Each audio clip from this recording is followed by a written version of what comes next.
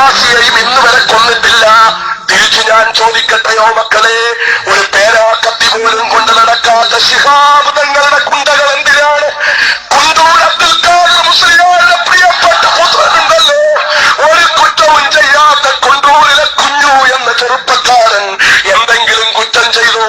5 നേരം നിസ്കരിക്കുന്ന ചെറുപ്പക്കാരനല്ലേ, നോമ്പ് നോക്കുന്ന ചെറുപ്പക്കാരനല്ലേ, വിക്ർ ചെല്ലുന്ന ചെറുപ്പക്കാരനല്ലേ, തസ്ബീഹ് ചെല്ലുന്ന ചെറുപ്പക്കാരനല്ലേ? ഒരൊറ്റ കാര്യമല്ലേ അയാൾ ചെയ്തുള്ളൂ?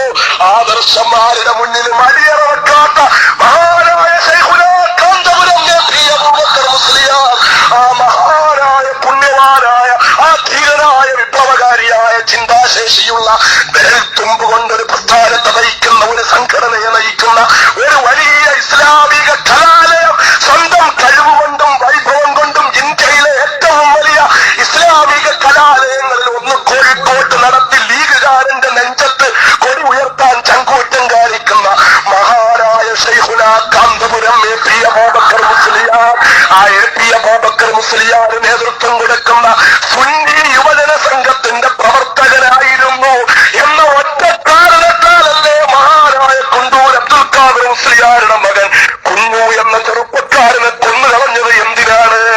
ഇത് കൊന്നത്, ഇത് വധിച്ചത് PDP-ക്കാരാണോ അല്ല, ISS-കാരാണോ അല്ല, പേരാക്കത്തി പോലും കയ്യിൽ കൊണ്ട് നടക്കാത്ത ശിഹാബ് തങ്ങളുടെ പ്രിയപ്പെട്ട മക്കളാണ് കൊന്നുകളഞ്ഞത്.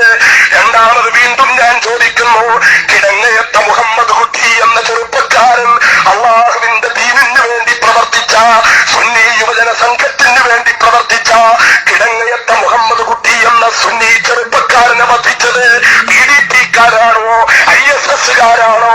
ഒരിക്കലുമല്ല, അത് ശുദ്ധ മുസ്ലിം ലീഗുകാരായിരുന്നു. മൂന്നാമതും ഞാൻ ചോദിക്കുന്നു, അമ്പലക്കണ്ടി അബ്ദുൽ ഖാദർ എന്ന കൊടുവള്ളിക്കടുത്ത ആ ധീരനായ സുന്നി ചെറുപ്പക്കാരനെ പിടിച്ചു നിർത്തിയിട്ട് തലയിൽ ഇരുമ്പ് കമ്പി അടിച്ചിറക്കിയില്ലേ? ഇരുമ്പ് കമ്പി തലയുടെ നെറുകയിൽ അടിച്ചിറക്കിയത് ലീഗുകാരനല്ലേ?